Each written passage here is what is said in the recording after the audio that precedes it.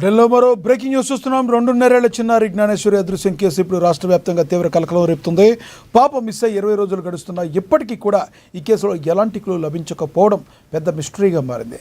అసలు జ్ఞానేశ్వరికి ఏమైంది, క్షేమంగానే ఉందా లేక ఎవరైనా అపహరించారా అనే కోణంలో తుని రూరల్ పోలీసులు దర్యాప్తును ముమ్మరం చేశారు.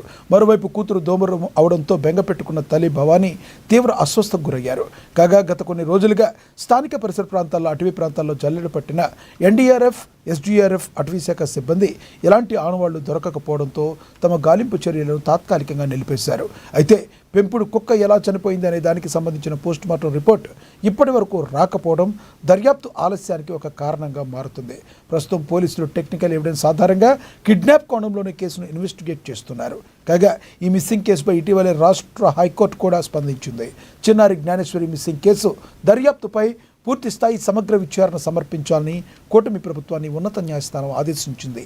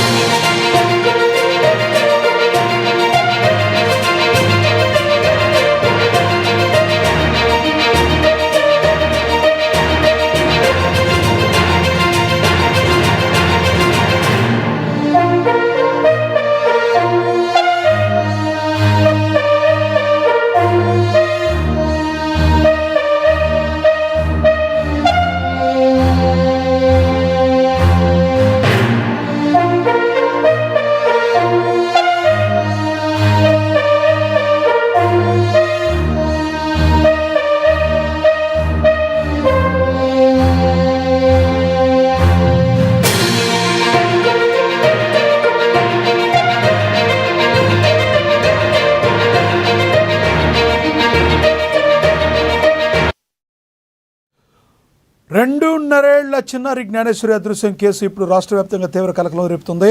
పాప మిస్ 20 రోజులు గడుస్తున్నా ఇప్పటికీ కూడా కేసులో ఎలాంటి క్లూ లభించకపోవడం పెద్ద మిస్టరీగా మారింది.